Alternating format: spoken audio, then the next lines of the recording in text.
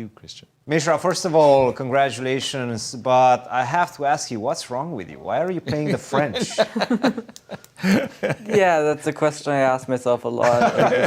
Yeah, this game, he came up with some good preparation. Of course, I had no business winning this game. It was just, it was a lucky blunder.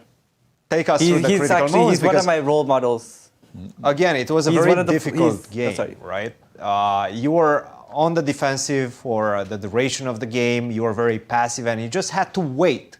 And it's always very difficult to wait, right? To make those waiting moves that don't create any additional weaknesses. You managed to do so, and then in the critical moment, he wasn't able to find the right way.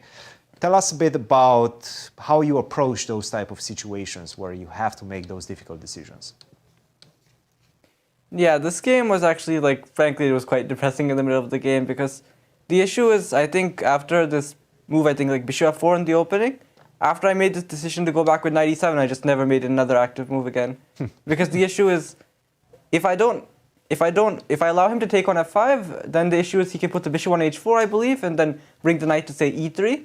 And then it becomes quite difficult to defend f5. Tell me again which move you 15. You Go to 15. Move 15. Let's say knight, knight e7, knight fe7.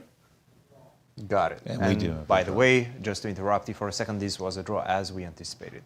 Let's get back to it. Move 15 after bishop to g4.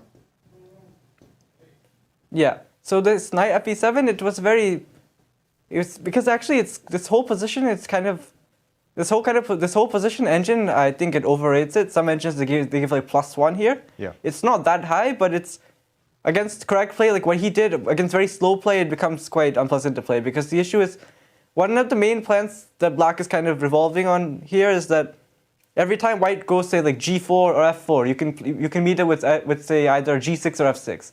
So basically, you wait for white to come and try to beat you, and then you try to make a draw. Not trying to make a draw. You fight back with f6, g6. But what happened in the game was that he brought the bishop to h4, queen to e3, and after this, like every time like I go I can never go f6 because h6 is always hanging. Right. And I had to go g6 in the game to stop f5, but like now, okay, this position is basically two-result position. White can waste like 15 moves and black can't do anything. And that's the type of mentality you need to have as a French player. You know, you need to be able to suffer like this on your own accord, it seems like. But then you're rewarded for your suffering. Stop it, Yasser. Stop it. All right. Yeah. Tell us, you play this move a b4, and at this point, finally, things are getting a little bit less tense, at least it seems like, because you're simplifying the position on the queen side. How did you see your chances right now? I thought I was still trying to fight to survive. Like, I thought this position was, compared to before, it might be a bit better, but the issue is, even though like visually it looks like I have some more play, now f7 is just extremely weak. And I had to make this decision like a couple moves ago with rook b8. I really wasn't sure about this. It was quite... I had basically two ways to try to hold this position. Either I try to bring my pieces to the king side and just hope that I can fight on this minimal ground, or I just try to just push the pawns, throw caution to the wind, play bishop e8, start playing b5, b4, and just start trying to break on the queen side. And I decided that, okay, suffering with the rook f8, queen d8 is... I've had enough suffering in this game. Let's do something a little bit more active. Look, I agree with you, Mishra. I feel your suffering. But it was rewarded. No, that this was our analysis. What happened, I think these were some crazy lines. Like, this was the moment queen right b1, here. I wasn't sure. Like, maybe I thought queen b2 was another interesting candidate move, because with queen b2, if I go bc3, you take with the king, you get a much better version of the same. You don't have to give up d4. There's no more knight b4 also. But I think maybe queen b2, like b3 is some kind of an idea. I'm still not sure what's going on here. Like bishop takes f7, like rook a2 might be a candidate move. Bishop takes e8, king a6, like.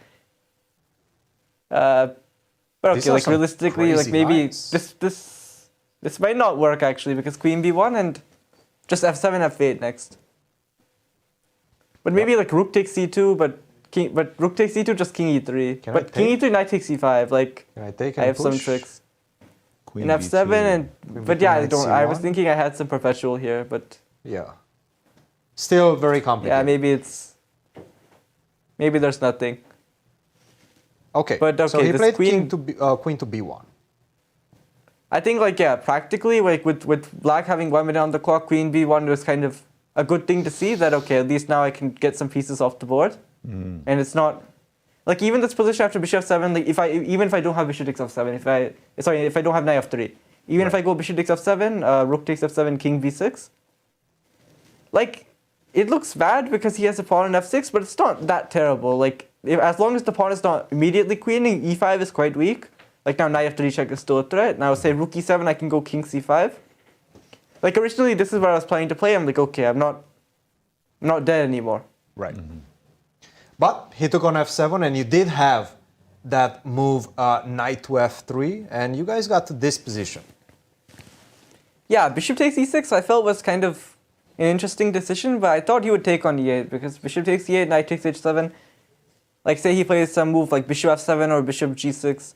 Well, if the this knight is ever still not reaches over, d4, by the way. This is still not over. I just want to take you to this moment after knight to f8 and yeah, do some this training is because I still- know you want to do some training after the games. Let's do some training right now.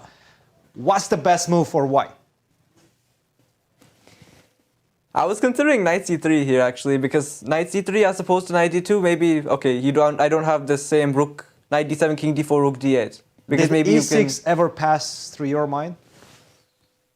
e6 Yeah. what if you just want to play like but knight takes e6 bishop takes e6 rook e8 king f4 rook takes e6 king f5 That's right. say maybe like rook wow this is a draw. Yes.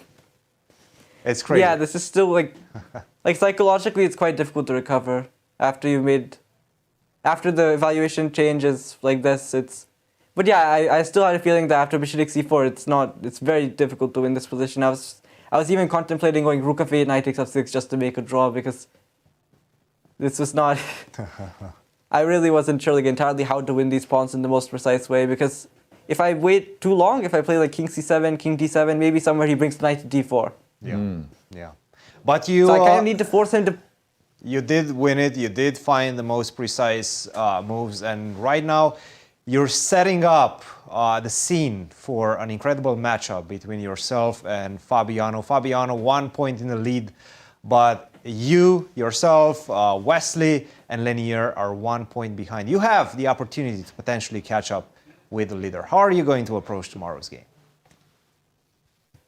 Yeah, the French has been doing me good. Let's see what happens. And I think that okay, this game realistically this one was kind of a gift. Sam Shankland is one of my role models. I mean, his work ethic, the way how he's like his strength in general is just truly commendable. Like this was like I'm pretty sure you'll see his game tomorrow. He'll come back. He'll win a great game tomorrow. Like the way how he comes back from bad results is another thing I very much admire about him. Well, congratulations. Amazing victory, Abhimanyu. We'll see you tomorrow. Thank you. Our congratulations to Mishra.